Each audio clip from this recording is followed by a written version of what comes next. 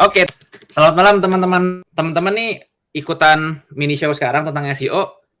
Mudah-mudahan udah pernah ikut yang mini show sebelumnya nih, yang speakernya Yogi, yang sharing tentang SEO juga, ya kan, tentang basic SEO gitu.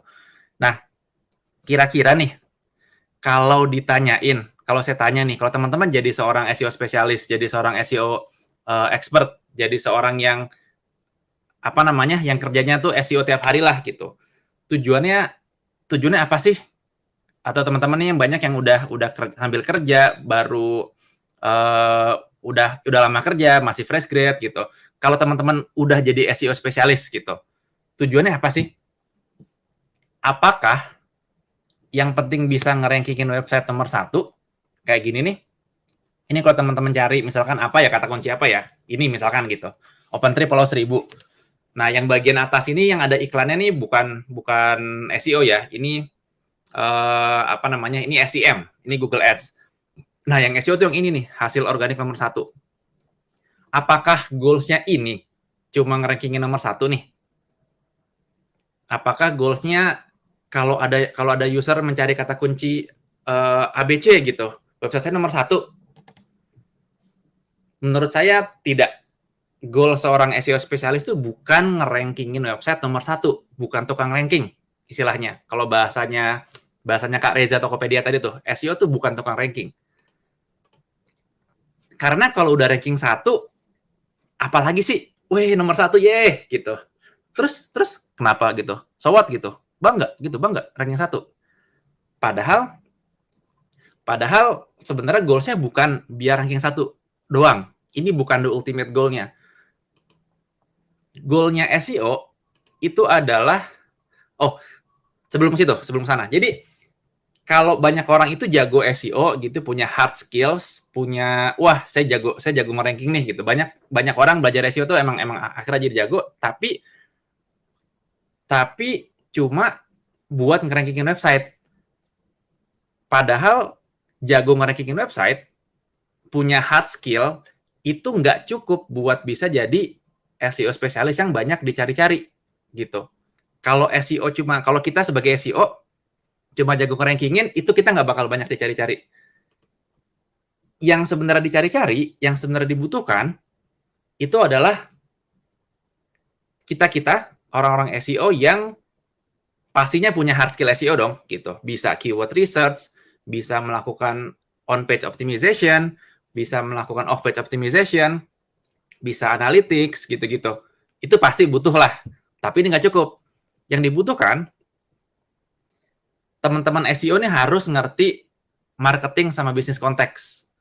Percuma kalau ranking 1, tapi kata kuncinya nggak banyak yang nyari. Percuma ranking 1 kalau keyword-nya bukan keyword yang orang punya orang punya purchase intent gitu. Percuma ranking 1 kalau keyword-nya itu nggak nyambung sama bisnisnya gitu. Jadi ini tuh penting banget. Terus yang nggak kalah pentingnya adalah karena SEO itu dunia yang abstrak, jadi nggak ada satu langkah menuju, nggak ada satu jalan menuju Roma gitu. Ada banyak jalan menuju Roma, jadi cara problem solvingnya tuh macam-macam. Dan orang SEO nggak cuma butuh skill doang, harus ngerti marketing sama bisnis konteks juga, dan terakhir harus ngerti problem solving. Jadi, yang saya mau ceritakan hari ini, gimana cara menjadi seorang SEO spesialis yang banyak dicari-cari, ada 4 hal. Pertama, sebenarnya gimana sih situasi talent SEO di pasar nih, di industri nih? Tadi nih, yang tadi saya bilang tuh hasil interview saya tuh gimana sih orang-orang SEO yang saya interview? Terus kedua, sebenarnya SEO skill set itu yang teman-teman udah pelajari nih mungkin sekilas waktu kemarin mini show yang bareng Kak Yogi, itu tuh nyambungnya ke bisnis tuh apa sih? Terus ketiga, di industri ini nih di tech companies, di perusahaan-perusahaan itu gimana sih variasi-variasi profesi SEO? Dan terakhir, next-nya gimana gitu biar teman-teman bisa mulai building karir SEO teman-teman. Gitu. Jadi ini yang bakal saya share hari ini, 4 hal yang teman-teman bisa ambil hikmahnya supaya bisa jadi SEO yang dicari-cari. Oke, Masuk bagian pertama ya. Jadi ini tadi yang saya bilang nih, saya interview banyak orang waktu waktu saya di tim SEO Traveloka gitu. Terus penerus saya di Traveloka juga cerita hal yang sama. Wah, masih susah Mas nyari tim SEO gitu. Terus tadi Andre, SEO lead-nya Glints yang nanti juga bakal ngajar juga bilang hal yang sama. Wah, bro, susah banget bro nyari SEO. Terus teman-teman saya yang lain gitu, yang ada di Tokopedia, yang ada di agency, itu nyarinya susah banget nyari orang SEO yang bagus. Banyak orang SEO yang bisa ngerankingin, banyak orang SEO yang jago bikin backlink, banyak orang SEO yang jago technical gitu, jago audit, tapi masih nggak cocok aja di hati gitu kalau mau kita hire gitu. Sementara di sisi lain orang-orang itu, perusahaan-perusahaan itu banyak banget yang mencari SEO. Itu teman saya punya startup, minta bantuan saya buat, Man tolong bantuin dong consult SEO-nya. Terus akhir Q4 juga sama, ada startup lain yang juga butuh gitu, karena mereka kok kayaknya result dari SEO itu kurang banget ya gitu. Terus company yang lama, Glints juga sama, mencari saya tuh karena emang lagi butuh bisa dapetin traffic dari organik juga, nggak cuma dari paid doang. Dan seterusnya. Tapi nyarinya susah banget.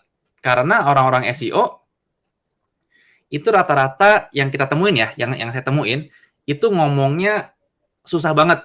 Nggak bisa ngomong lancar dengan manusia lainnya. Kenapa? Ini bukan berarti orang SEO itu ngomongnya bahasa gua gitu ya.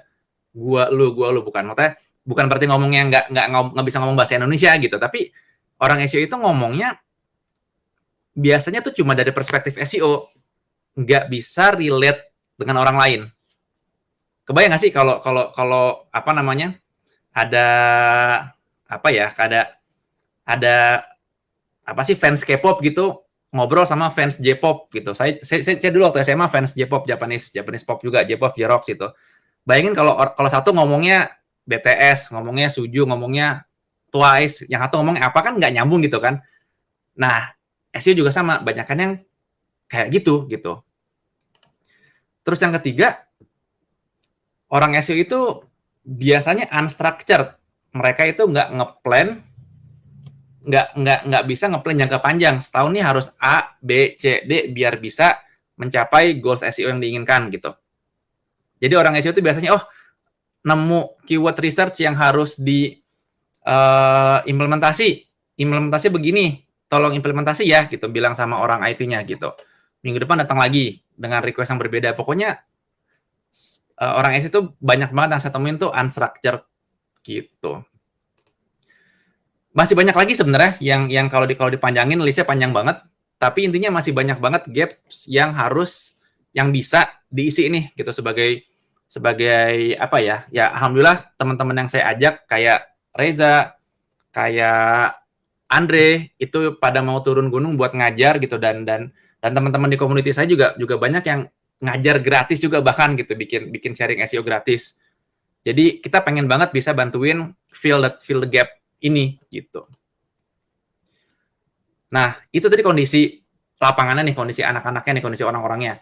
Dari sisi bisnisnya, itu butuh SEO yang bisa jadi problem solver. Problem solver apa sih? Problem bisnis dong gitu. Bisnis problemnya apa sih? Pengen naik gaji, pengen dapat bonus. Itu sih pengen saya gitu, maaf. Bisnis tuh problemnya tuh pengen naik omset gitu kan, pengen apa namanya, mempermurah cost marketing. Bisnis tuh pengen memperbanyak apa namanya, marketnya gitu. Nah, itu bisnisnya itu objektifnya bisnis dan marketing. Jadi kalau orang SEO bisa ngomong bisnis, ngerti caranya gimana sih SEO itu bisa berkontribusi gitu. Bukan cuma ranking doang, tapi bisa ngedrive traffic, ngedrive business leads, ngedrive purchase, ngedrive pembeli, ngedrive calon pembeli gitu. Wah, itu dicari-cari banget sama bisnis. Terus orang SEO yang bisa menstrukturkan gimana cara yang mau dia lakukan. Ini tricky partnya tuh SEO tuh gitu. Karena SEO itu nggak ada satu jalan doang. Ini benar-benar dunia yang abstrak deh. Teman-teman ntar pas belajar bakal nemuin. Jadi yang benar yang mana gitu. Ya bisa aja semuanya benar gitu. Cara saya, cara Reza Tokopedia, cara Budi Traveloka, cara Andre Glins, itu masing-masing kita punya cara yang beda-beda untuk mencapai tujuan yang sama gitu. Jadi penting kita bisa men-structuring itu gitu untuk mencapai tujuan objektif SEO, solving marketing dan bisnis. Ketiga, butuh orang SEO yang bisa ngomong, bisa communicate, bisa kerja bareng. Bukan yang tukang nyuruh gitu. Tolong implement gini-gini dong gitu. SEO itu harus bisa communicate sama stakeholders yang lain. Karena SEO itu adalah pekerjaan yang kerjanya bareng sama pihak-pihak yang lain. Gitu, developer, product manager, orang marketing, dan seterusnya. Jadi, yang diperlukan tuh ada 3 hal. Quickly recap ya. 1, hard skill. Kemampuan keyword research, on-page dan off-page optimization. Itu udah satu topik sendiri yang nggak dibahas malam ini, karena dalam banget tuh bahasannya. Itu ibarat kendaraan buat mencapai tujuan. Gitu kan. Kita punya skills yang banyak, bisa punya kendaraan yang banyak. Gitu, teman-teman jago keyword research, jago apa namanya, atau bukan, kemampuan nulis, kemampuan desain grafis, kemampuan apalah, itu kan bisa jadi kendaraan buat mencari uang gitu kan, mencari pekerjaan. Nah, itu kendaraan tuh. Tapi, kalau kita punya kendaraan, punya motor, atau punya mobil nih, tapi kita nggak tahu mau kemana, nggak tahu tujuannya, itu kita kendaraan mau kita pakai buat apa gitu. Nah, makanya skill yang kedua yang dibutuhkan adalah kemampuan memahami market dan memahami bisnis. Tahu perusahaan itu tuh bisnisnya apa, bisnis modelnya apa, ya dapat duit dari mana, market atau audiensnya tuh kayak gimana. Jadi jangan cuma asal tembak keywords buat di-optimize, di-rankingin, tapi keywords mana yang orang target market bisnis kita itu cari. Gitu. Itu ibarat kita punya tujuan. Oh, kita mau ke Bandung nih. Saya punya motor, tujuannya ke Bandung. Naik motor ke Bandung berapa lama sih? Berapa ya? Nah, kan nggak cocok kan gitu. Oh, kayaknya kita harus naik kereta nih gitu. Kereta cepat Jakarta-Bandung katanya 2 jam kurang kalau udah jadi. Selama belum jadi, kita naik Parahyangan aja deh. Gitu. Kita harus tahu tujuannya, bisnis kita mau ngapain, baru kita bisa pilih kendaraan yang sesuai buat mencapai tujuan tadi. Nah, tapi ke Bandung kan ada banyak jalan ya. Kita harus lewat jalan yang mana nih? Naik kendaraan apa tadi? Itulah pentingnya problem solving skill. Kalau butuh cepat, kita bisa naik mobil pribadi, walaupun mahal. Bensin full tank Pertamax 300 lah, kira-kira gitu. Jalan tol 100.000, 400.000 gitu, bolak-balik. Tapi cepat gitu. Kalau mau murah, naik travel 100.000 bisa nyampe. Bener nggak sih? Travel ke Bandung masih segitu harganya. Nah, 3 skill ini adalah kemampuan yang diperlukan biar kita bisa jadi seorang SEO yang dicari-cari. Kita punya hard skills-nya, punya kendaraannya, kita ngerti bisnis company-nya itu tuh, kita mau kemana kendaraan kita bawa, dan kita punya problem solving. Wah, ini biar company-nya dapat revenue lebih banyak, harus ngapain ya, gitu. Itu kayak kita ibarat menemukan jalur menuju tujuan. Gitu. Ini udah both technical skills sama soft skills juga di 2 yang bawah, gitu. Nah, saya nemu nih, ada satu percakapan di LinkedIn yang bagus banget ini buat kita jadiin pelajaran. Jadi dia cerita gitu, perjalanan saya dari menaikkan ranking Ahrefs dari 38.000 sampai 38 juta jadi 2 juta. Jadi makin kecil makin bagus ya gitu. Dalam 3 bulan tanpa update konten dan berhasil mengalahkan ke keywords yang high competition gitu. Keywordsnya baru segala macam, pakai grey hat, dia menjelaskan teknik-tekniknya, menjelaskan apa namanya skill set yang dia pakai, dan menunjukkan hasilnya. Rankingnya segini, domain rating segini, backlink sekian. Masalahnya di mana sih masalahnya? Masalahnya belum tentu ini menyelesaikan problem bisnis. Belum tentu ranking Ahrefs naik dari 38 juta jadi 2,5 juta, itu naikin omset. Belum tentu ini naikin traffic. Belum tentu ini menurunkan marketing cost. Jadi kalau teman-teman belajar SEO tapi hanya belajar hard skill-nya aja dan tidak understand tadi konteksnya sama problem solving-nya, nanti teman-teman bisa terjebak pada hasil yang artifisial lah tanda kutip gitu, yang belum tentu menyelesaikan business problems. Jadi SEO itu bukan tukang ranking. SEO itu adalah seorang problem solver. Itu. Dan yang banyak dicari adalah yang kayak begitu. Oke. Lanjut nih. Sekarang sebenarnya skill set SEO itu apa aja sih? Dan hubungan sama bisnis konteks itu gimana? Ada di sini.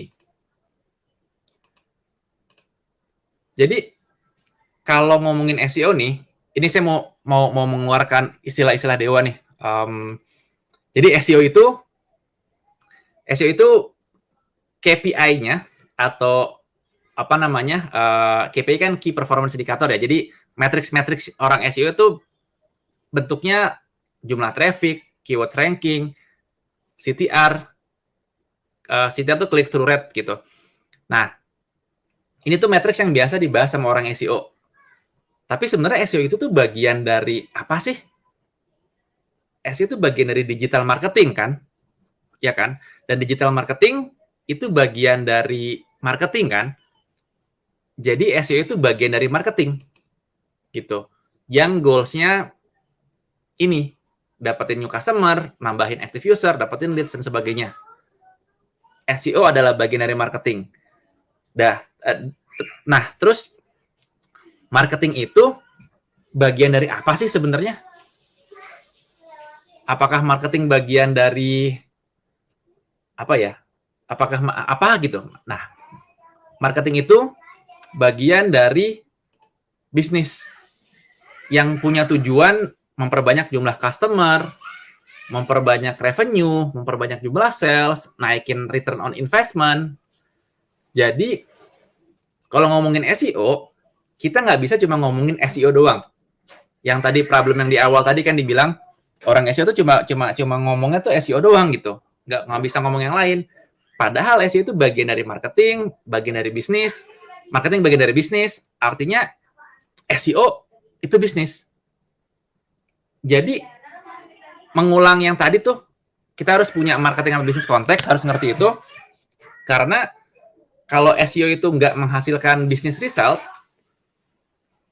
ya nggak bakal banyak dicari nih, gitu. Jadi mengerti bisnis konteks itu super penting buat setiap SEO. Nah, tapi biasanya nih orang SEO itu suka lupa sama aspek-aspek bisnis dari kegiatan mereka. Aspek bisnis maksudnya uang gitu kan. Jadi orang ngomongin SEO tuh nggak biasa kita ngomongin duit. Kenapa? Jadi biasa orang SEO kan ngomonginnya keyword research gitu kan. Bikin konten. Terus technical audit, ngelihat apa namanya, wah website ada yang error apa enggak gitu kan, technical audit. Terus ngomongin off page, gimana dapetin backlink. Ini nggak langsung inget duit gitu. Berbeda dengan paid channel yang iklan itu Facebook Ads, Google Ads itu punya matriks duit di situ. SEO tuh nggak bisa, SEO tuh nggak ada matriks yang langsung berhubungan sama duit.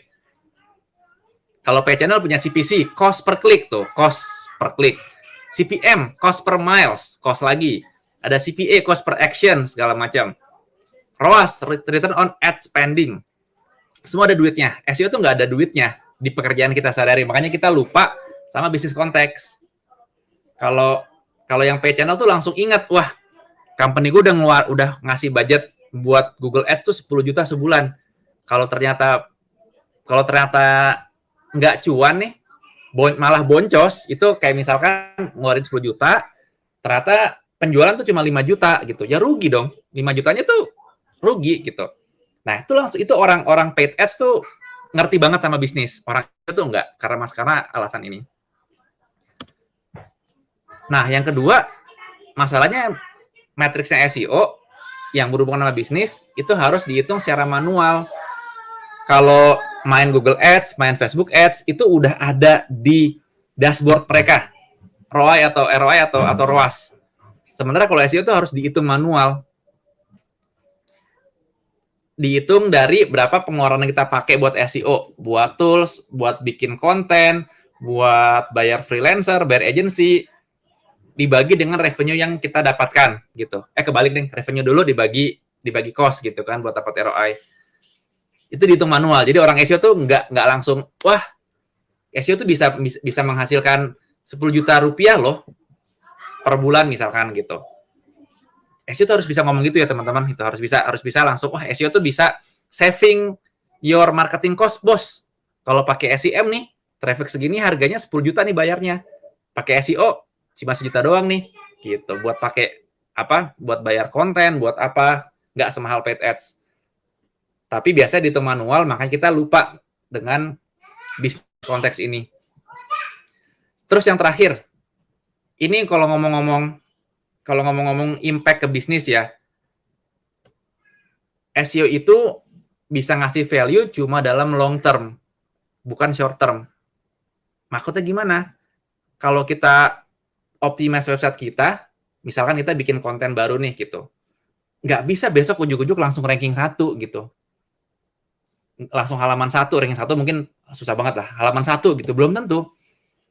Butuh waktu, biasanya minimal 1 bulan minimal banget gitu, tapi rata-rata 3-6 bulan baru bisa kelihatan hasil yang signifikan buat SEO. Kenapa? Ya karena emang nature-nya begitu sih.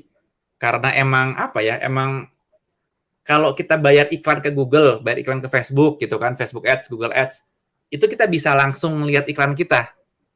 Karena kan kita bayar ke mereka, kita maunya dapat langsung instant result gitu kan. Short term banget tuh bisa gitu kalau ads. Nah, kalau organik, itu berhubungan sama cara kerja search engine sih. Search engine tuh harus nge-crawl. Jadi dia bisa ada banyak, kalau kita nge-search sesuatu, hasilnya muncul cepat, karena search engine tuh udah meng-crawl duluan tuh, ngedatangin website-website satu-satu gitu. Dan di seluruh dunia, website ada triliunan jumlahnya. Jadi butuh waktu mereka buat ngedatengin website satu-satu dan ngelihat apakah website itu tuh bagus apa enggak nih SEO score-nya, kasar gitu. Jadi SEO tuh long term intinya. Makanya buat menghasilkan bisnis result, buat bisa nunjukin bisnis value-nya, bisnis result-nya, nggak bisa instan gitu. Makanya orang SEO tuh jadinya agak-agak lupa sama duit, ingatnya ranking, ingatnya CTR, ingatnya ya itu sih, karena duitnya nggak kelihatan langsung. Nah, itu tentang, tentang pentingnya ngerti bisnis nih. Nah, terus saya pengen quickly share fundamental SEO. Ngerimain materi yang sama Yogi kemarin nih, teman-teman harusnya kalau ikutan harusnya tahu nih. Kenapa harus SEO sih? Ini kita udah ngomong panjang-panjang, tapi ini jawabnya malah belakangan nih. Kenapa harus SEO sih? Yap, betul, karena gratis, tanda kutip ya. Tanda kutip, karena kita nggak bayar ke Google, makanya gratis, tapi nggak benar-benar gratis banget gitu, karena tetap perlu effort buat konten, buat tools-nya, buat bikin campaign kerjasama sama website lain, buat sewa freelancer kalau perlu. Itu makanya perlu SEO gitu. Terus secara long term itu punya CAC ini customer acquisition cost, biaya akuisisi customer yang paling rendah dan menghasilkan ROI yang paling tinggi di antara semua channel marketing yang lain gitu. Soalnya kalau paid channel itu kan bayar kan. Jadi biasanya long term-nya, long run-nya tuh malah makin mahal. Karena makin banyak orang yang masang iklan, sistemnya bidding pula. Jadi makin lama tuh makin mahal bayar iklan gitu. Terus sosial media. Penting nggak pakai sosial media? Penting. Tapi biasanya umumnya sosial media itu bukan buat mendatangkan revenue. Sosial media itu buat mendapatkan engagement, buat kita bisa connect dengan target market kita. Kalau buat mendapatkan penjualan langsung, itu bisa aja, cuma emang lebih tricky. Karena orang nyari sosmed tuh nggak punya niatan beli. Orang main sosmed, biasa nggak punya niatan beli, gitu. Sementara kalau orang nyari sesuatu di Google, itu biasa udah punya purchase intent. Karena nyari tuh, saya pengen membeli apa, gitu. Jadi SEO tuh punya tempat tersendiri lah di antara semua marketing channel, gitu. Kapan pakai Google Ads? Jadi kalau kita baru bikin bisnis, itu gimana sih urutannya, gitu. Pertama, kalau mau instan itu pakai yang ads dulu, Google Ads sama Facebook Ads. Karena bisnis kan harus cuan dulu gitu kan. Nah, kalau udah duit yang muter balik, nggak apa-apa keluarin duit, yang penting dapat traffic, yang penting dapat pembeli gitu. Nah, kalau udah mulai stabil penjualan dari yang berasal dari Google sama Facebook Ads, baru mulai SEO-nya. Mulai building buat jangka panjang. Karena kalau nggak di-build dari sekarang, butuh waktu gitu kan. Karena kalau nggak di-build sekarang, kapan build-nya gitu. Terus kalau SEO-nya udah, dan market teman-teman emang ada di sosmed, baru bikin sosmed gitu. SEO sama sosmed bisa barengan lah, karena sama-sama organik kan, sama-sama butuh jangka panjang. Jadi yang paid duluan, baru yang organik, SEO sama sosmed. Gitu kira-kira. Lanjut. Tadi udah tahu ya, SEO itu sprint atau maraton. Berarti maraton dong, gitu. Karena maraton, kita harus ngerti banget fundamentalnya. Bayangin teman-teman mau lari maraton, daftar maraton apa? Maraton Borobudur maraton misalkan gitu. Lombanya minggu depan. Ya, ceritanya COVID nggak ada gitu kan. Lomba maraton minggu depan. Minggu ini teman-teman, beli sepatu, langsung lari gitu. Minggu depan langsung lari, beli sepatu sekarang. Kan nggak bisa gitu kan, gitu. Kalau mau lomba jangka panjang kan harus punya fundamental yang kuat kan, latihan lari, latihan nafas, ngatur pace-nya, segala macam. Nah, SEO juga sama. Kalau kita taunya cuma pokoknya SEO is about backlink, apapun backlink doang misalkan gitu. Wah, dalam 1 bulan bisa kok ranking 1 pakai cara backlink ini gitu. Bisa aja emang bisa gitu, 1, 2, 3, 4 bulan ranking bisa, belum tentu setelah 6 bulan, setelah setahun masih nge-ranking. Padahal SEO kan harusnya long term gitu kan, bertahun-tahun tuh harusnya tetap bisa ngasilin traffic yang bagus gitu. Tapi kalau secara short term, fundamentalnya nggak strong, itu bisa kolaps gitu. Dan inti skill SEO, ini teman-teman bisa googling sendiri ya, kalau pengen belajar lebih lanjut masing-masingnya. Caranya keyword research, itu skill set pertama yang teman-teman harus lakukan di SEO gitu. Keyword research, menemukan apa yang orang lain banyak cari. Terus kedua, istilahnya on-page optimization. Ini ada 2 cabang, ngomongin konten sama ngomongin technical. Teman-teman bisa googling aja nih, on-page optimization basic gitu. Atau on-page content SEO, buat nyari artikel atau tutorial tentang ini. Terus ketiga, ngomongin off-page. Off-page itu buat mendapatkan link, buat mendapatkan orang tuh rekomendasiin ke kita. Merekomendasikan website kita, dan search engine ngelihat ini rekomendasi, dan ini naikin value web kita sendiri. Gitu. Terus terakhir, measurement dan analytics. Ini skill kita mengetahui progres kita udah bagus nggak ya? Ranking segini tuh masih bisa naik nggak ya? Segala macam. Jadi kira-kira 4 skill set utama di SEO gitu. Oke, terus terakhir di bagian ini, masing-masing SEO skill yang 4 ini itu punya hubungan sama business impact, hubungan sama business result, sama business value. Jadi orang-orang melakukan kegiatan SEO itu sebenarnya bisa deliver value ke bisnis loh gitu. Misalkan pas keyword research nih, kita kan mencari nih orang tuh, misalkan saya nih jualan tiket pesawat lah misalkan gitu. Nah, orang nyari tiket pesawat tuh berapa banyak sih gitu, dan kalau misalkan bisnis saya nih bisa menang di keyword tiket pesawat dan sejenisnya, bisa dapat berapa besar sih impact-nya gitu. Potensi revenue-nya tuh bakal berapa banyak sih kalau kita menang di SEO. Nah, itu kita bisa tahu dari proses research, keyword research ini. Terus pas kita bikin konten, kita tuh sebenarnya lagi ngedeliver business value loh ke pembaca kita. Kita lagi solving problem mereka dengan ngasih value yang ada di bisnis kita, terus kita convert mereka menjadi satu step closer ke bisnis goal. Misalkan kalau bisnisnya B2B jadi leads misalkan. Kalau misalkan bisnisnya kayak Traveloka jadi pembelian. Jadi ini menjawab pertanyaan user sekaligus convert mereka ke bisnis goal kita. Terus technical. Kalau kita bisa technical audit websitenya, itu kita sebenarnya lagi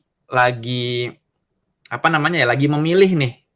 Kita tuh nemu banyak error di website, misalkan gitu.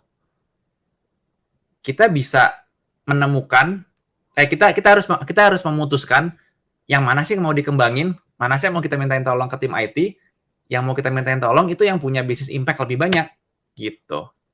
Jadi orang SEO tuh nggak boleh asal tolong bikinin ini, tolong benerin ini, tolong benerin itu, gitu. Kita harus pilih mana yang ngasih banyak impact ke business result, gitu kan. Terus off-page optimization gitu. Backlink bukan cuma asal backlink. Kalau backlinknya banyak, tapi dari website-website yang nggak penting, website-website yang nggak berkualitas gimana? Off-page kan itu ibarat kita mengasih rekomendasi gitu kan. Saya mendapatkan rekomendasi dari, jadi kalau orang-orang nih kita nih ibarat website, kalau backlink itu ibarat orang lain ngasih rekomendasi ke Ilman gitu. Jadi kalau kayak Tiara gitu ngasih rekomendasi ke saya, terus teman-teman yang lain ngasih rekomendasi ke saya, itu kayak saya punya banyak backlink gitu. Nah, tapi kalau backlinknya banyak, tapi dari website-website yang nggak jelas gitu, misalnya dari penjahat, pencopet, tukang judi gitu, tukang mabok. Nah, itu apakah backlinknya berkualitas dan bakal rekomendasi dari penjahat itu apakah bakal teman-teman dengerin gitu istilahnya. Jadi backlink tuh nggak boleh sembarangan kita dapatkan gitu. Harus yang beneran bisa building trust ke bisnis kita gitu maksudnya. Terakhir measurement ya buat mengetahui apakah SEO tuh beneran ngasih impact ke bisnis nggak sih dan berapa banyak. Tadi revenue, customer, ROI segala macam.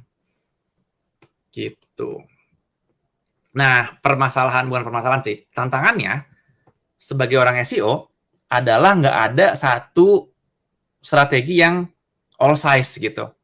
Kalau kayak baju beli di Shopee atau di Tanah Abang, masih nggak sih beli baju Tanah Abang tuh teman-teman? Nggak ya, pasti Shopee ya.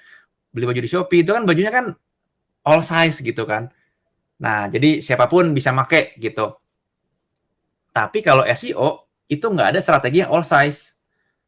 Karena setiap perusahaan, setiap website itu punya problem yang beda-beda. Bedanya apa? Bedanya bisa jadi beda goals atau beda tujuan. Ada website yang bentuknya blog. Tujuannya yang penting dapat traffic yang banyak. Ya kan?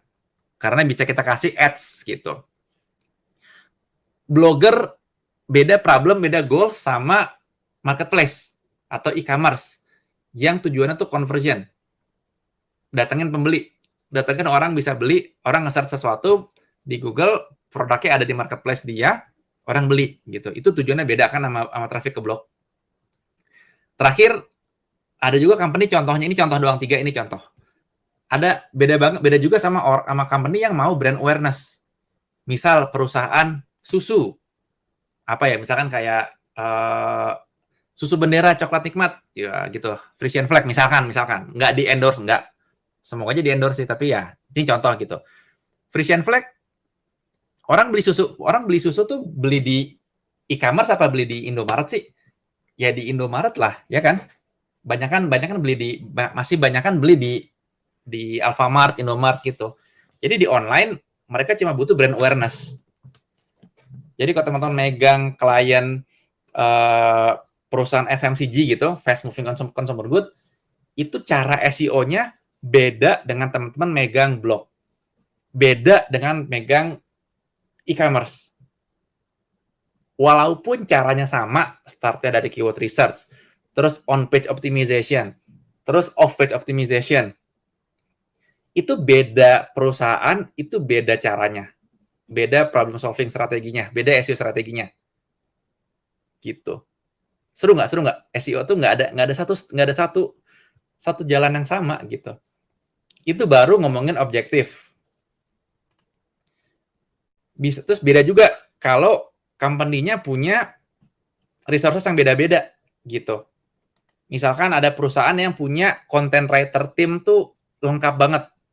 Kayak misalkan di Glints itu tuh content writer timnya yang bukan under saya, itu under tim yang beda, itu dia handle blog Glints dan mereka bisa ngedrive traffic sebulan tuh 1,5 juta traffic sebulan dari konten doang. Karena ada satu konten marketing manajernya, kayaknya ada 3 content editor deh kayaknya deh, dan nggak kehitung ada berapa content writer-nya gitu. Beda sama juga company yang punya SEO dan product team yang full. Kayak di e-commerce, Tokopedia, kayak di Blibli, Bukalapak, itu tuh full-fledged lah SEO teamnya tuh komplit gitu. Ada juga yang cuma punya partnership team company-nya. Jadi dia cuma bisa ngoptimize dari sisi off-page, mencari partner-partner yang bisa diajak kerjasama buat dapetin backlink. Jadi semua aktivitas SEO yang tadi, keyword research, on-page, off-page, analytics, measurement gitu, itu cuma mode transportasi buat bisa mendarat ke tujuan teman-teman gitu. Mau ngapain sih? Goals-nya mau kemana sih? Oh, caranya gimana ya? Gitu. Jadi kita kalau ngomong SEO tuh banyak yang ngomonginnya tuh PA, DA gitu. Follow, no follow. Nah, itu harus diperdalam lagi nih sebenarnya hubungannya sama bisnis goal kita tuh apa sih? Karena naikin PADA, kayak tadi tuh naikin Ahrefs itu tidak langsung berimpact ke mencapai tujuan bisnis ini gitu kan.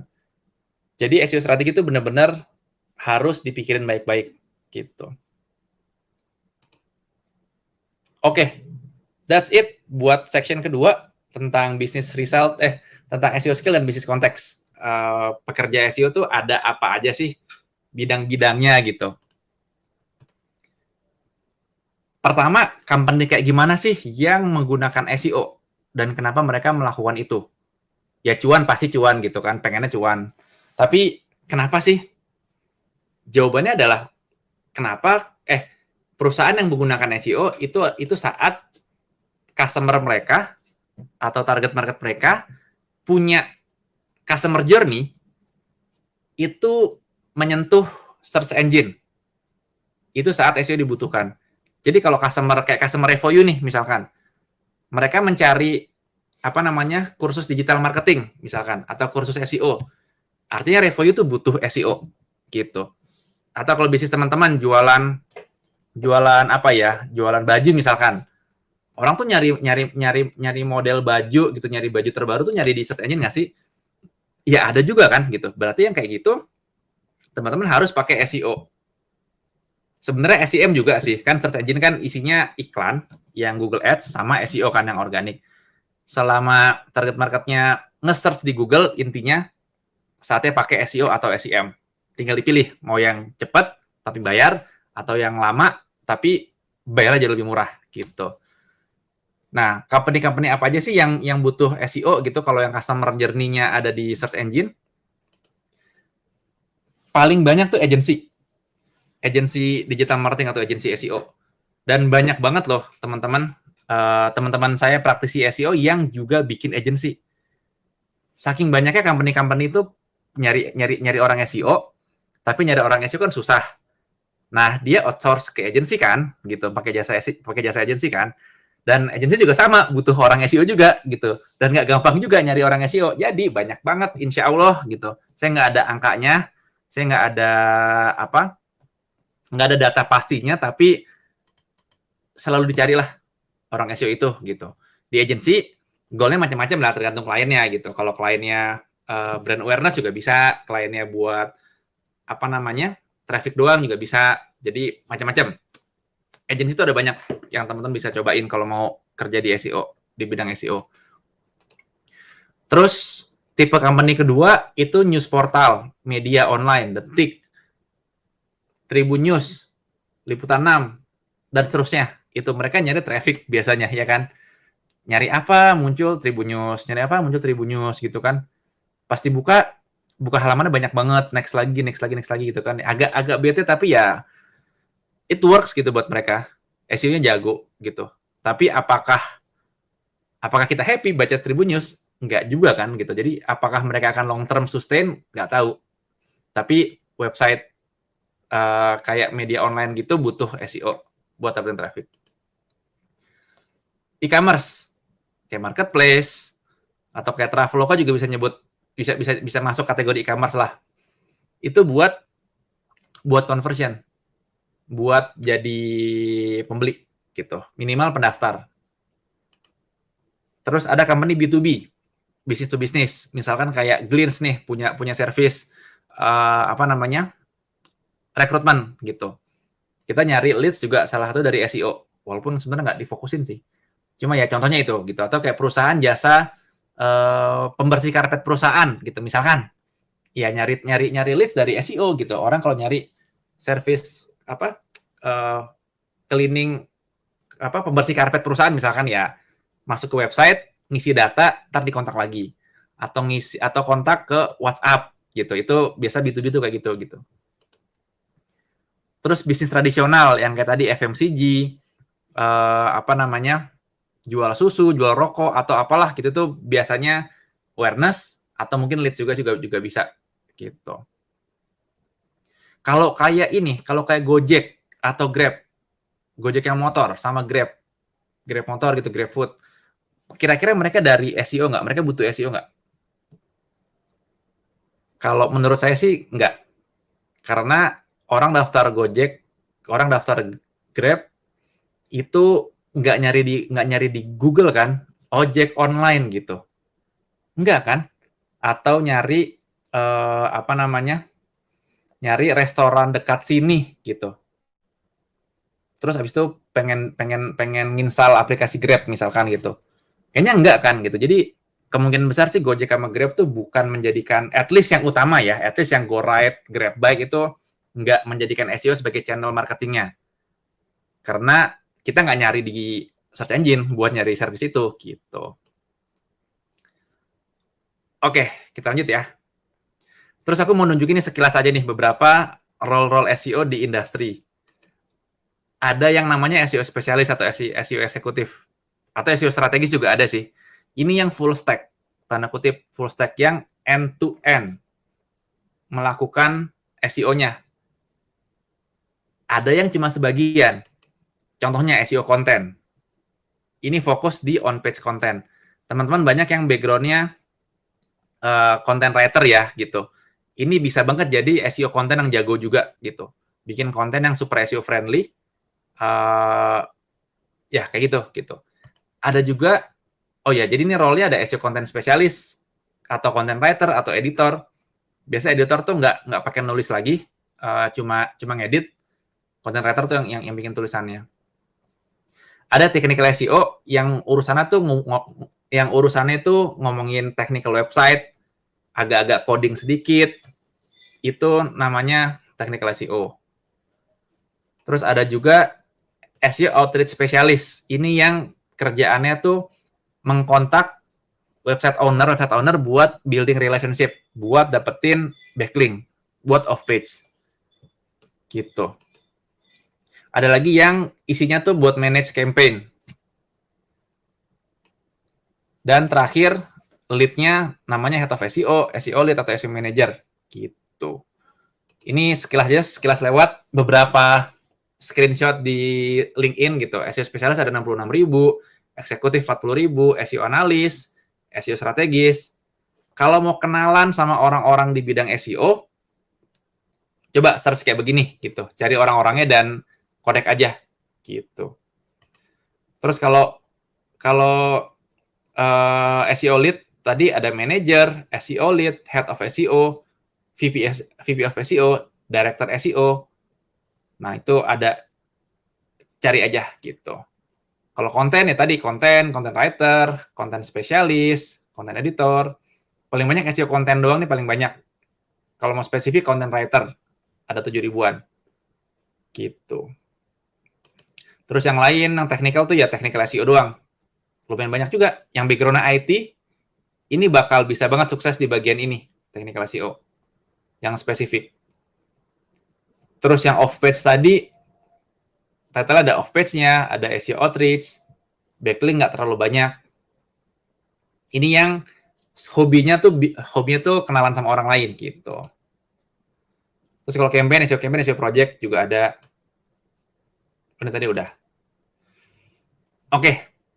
Terakhir, sebenarnya gimana sih caranya gitu biar masuk ke industri SEO gitu, biar kita bisa mulai build karir SEO kita gitu. Karena SEO itu sekarang udah jadi karir gitu. Ya kayak saya juga background-nya SEO, walaupun jadi luas, sekarang saya nggak megang SEO doang. Sekarang saya juga megang paid channel juga gitu. Jadi SEO sama paid. Nah, tapi jadi seorang SEO spesialis tuh bisa banget. Head of SEO Traveloka setelah saya mundur, itu dia track record-nya 10 tahun itu SEO terus. Dari agensi A, agensi B, startup A, startup B, startup C, yang levelnya di Silicon Valley Amerika, levelnya di lokal di Filipina, dia orang Filipina, levelnya di Southeast Asia kayak Traveloka. Itu 10 tahun dia SEO doang. Bisa teman-teman mau kayak begitu kalau emang passion-nya di situ. Saya kan tadi paid sama SEO kan. Kalau dia fokus SEO tuh bisa. Dan kalau pengen kayak gitu, ini beberapa cara yang bisa teman-teman lakukan. Pertama, bikin portfolio website atau blog teman-teman. Ntar saya detailin habis ini ya. Kedua, build profil LinkedIn teman-teman. Tunjukin hasil achievement portfolio SEO teman-teman. Ntar saya detailin. Ketiga, connect sama praktisi SEO di industri lewat LinkedIn, biar bisa nimbrung-nimbrung, bisa belajar-belajar, ngobrol-ngobrol.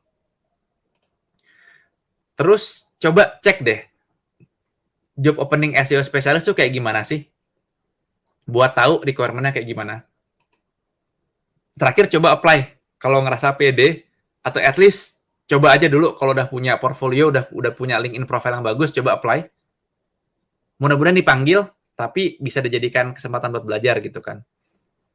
Terakhir, coba SEO-in, tanda kutip, coba tes, cek website tersebut gitu, yang teman-teman yang lagi apply, terus coba deh, ide SEO teman-teman tuh apa sih buat website tersebut. Terus yang terakhir, continue learning, belajar terus tentang SEO, tentang bisnis, tentang problem solving skill-nya juga. Saya perdalam quickly ya. Pertama, teman-teman harus bikin website atau bikin blog. Bikin website sama blog tuh gratis, bisa gratis, tapi kalau bayar pun murah banget. Hosting domain setahun itu paling 300 ribu totalnya. Berarti kan sebulan itu kan cuma berapa ya? 50 ribu kira-kira kan? Nggak nyampe malah, sebelum 25 ribu. Nyisihin sebelum 25 ribu, udah bisa punya blog website sendiri. Hampir semua praktisi SEO yang saya kenal, walaupun mereka kerja di kantor, mereka punya website sendiri. Kayak saya ini anak UI.com, udah ada sejak saya kuliah di UI tahun 2007. Sampai sekarang 14 tahun. Masih ada. Gitu. Ini tempat saya praktekin ilmu-ilmu SEO saya pelajarin, saya praktekin di sini. Gitu, pentingnya itu. Terus kedua, bikin profil LinkedIn yang bagus. Teman-teman bisa jadi kalau di profil teman-teman ya, kalau teman-teman lagi mau ngelamar kerja atau lagi rapiin CV aja, itu jangan cuma naruh job description di kerjaan teman-teman. Karena nggak ada gunanya naruh job description. Saya melakukan A, melakukan B, melakukan C. Harus punya accomplishment, harus punya pencapaian. Saya mencapai X, diukur dengan Y, dengan melakukan Z, gitu.